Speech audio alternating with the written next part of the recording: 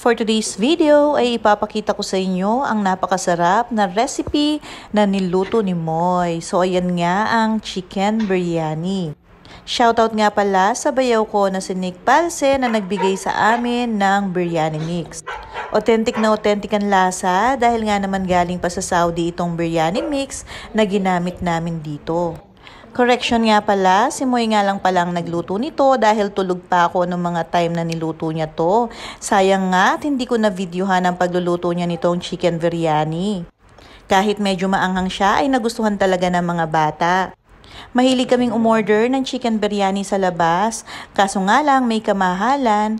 Kaya mas maganda pa rin na magluto tayo sa bahay.